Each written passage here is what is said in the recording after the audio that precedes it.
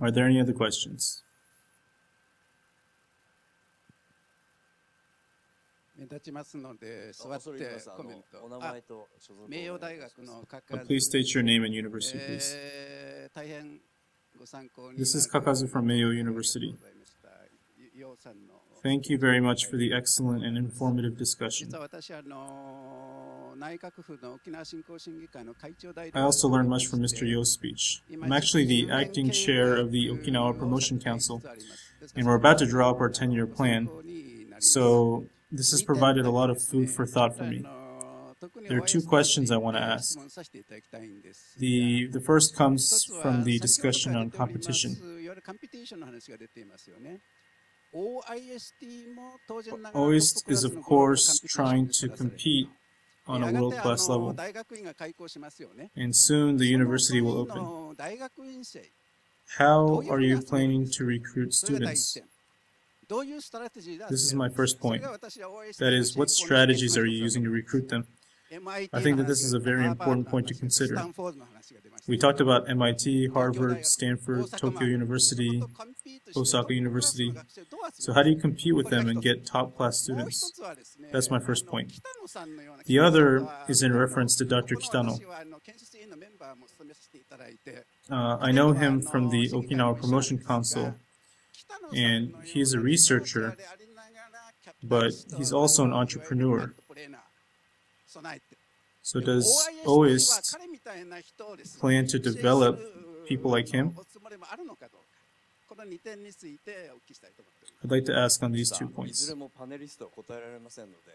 Thank you. Unfortunately, neither point can be answered by our panelists, so we would like to ask Dr. Dorfman.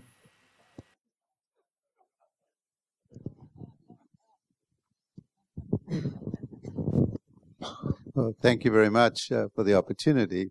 First of all, let me just add that to what was just said. I think we heard a spectrum of experienced people give us the essence of what, in fact, ultimately develops into a cluster. And one of the things that I particularly are paying attention to, but I came here with a very strong feeling about, is that we must build the intellectual capital, that we must be given both the opportunity and the chance to do that, because that is the essence of what will create the opportunity. And that bias that I have, I think, has been very strongly supported here. At the same time, as Sass said, we need to bring Japanese investment here in terms of R&D clusters. That means that we must have identifiable areas of strength within OIST so that they're teased by that. And I think we're well aware of that, and we've begun that strongly in the bio and life sciences. And now we're beginning to then bring what we think are the commensurate physical and sciences so that we can particularly operate in niche areas, again, along the lines of what Sass said. We must create identity here, which is unique. And we feel that the intersection of the life sciences and the environmental sciences, which is a very strong opportunity here, is where we can go for those unique areas. So that in 5 years' time, we have identified areas where we are now internationally beginning to press on the heels of the very best. And then by 10 years from now, we are, in fact, amongst and leading the very best. In terms of the issue of the students, there I think we have a lot of opportunity here to offer the students. We are developing extremely good faculty. In addition, the boldness of the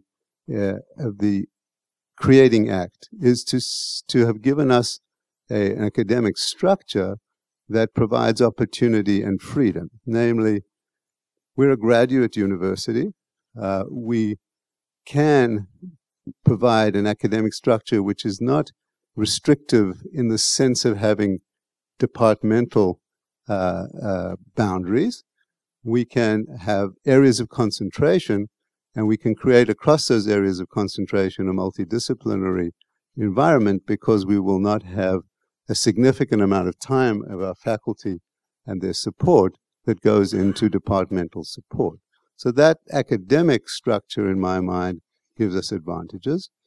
Curriculum, therefore, can also be enhanced and freer, and will presumably develop the kinds of people who have the double aspects that Dr. Kitano has, which is the aspect of research and academic brilliance, at the same time a sense for the entrepreneurship. We can teach that as part of a broader curriculum because, again, we have freedom within the academic structure.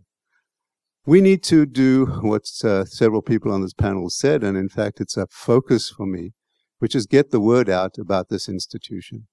We have core funding and we have support, and that support has to be brought in under the noses of people who are generating the undergraduates that we want to compete for. And that is a job of marketing this institution, and something that I personally will be doing a lot of. We have to get it understood that this is a place where a faculty member who has a bright undergraduate says to that undergraduate, I want you to consider OIST because there are outstanding research opportunities and because there are incentives in that institution for creating new ideas and incentives, in fact, for advantaging education. I believe that we have a very good chance at that kind of competition, and I'm optimistic about the possibility. We centrally are here pushing curiosity-driven research in an environment that we hope promotes risk, as was said, and that recognizes the big payoffs come with removal of boundaries. And it is the lack of boundaries which I believe we have been given the opportunity to create here, which will attract young people and attract young minds. And so I'm optimistic, but I realize that there's a significant job to do in the next year so that we can capture an excellent first class, and indeed we must do that. Thank you. Thank you. Unfortunately, we're now out of time, but luckily there's not much time left for me to make my own comment. I do just want to say one thing, though. Under no circumstance can you allow OIST to become isolated. As the President-elect said, for OIST to develop as planned, interaction with top-level talent is a given. But I want OIST to not forget about us lower-level people. There is a possibility that there are real demands and real curiosity there.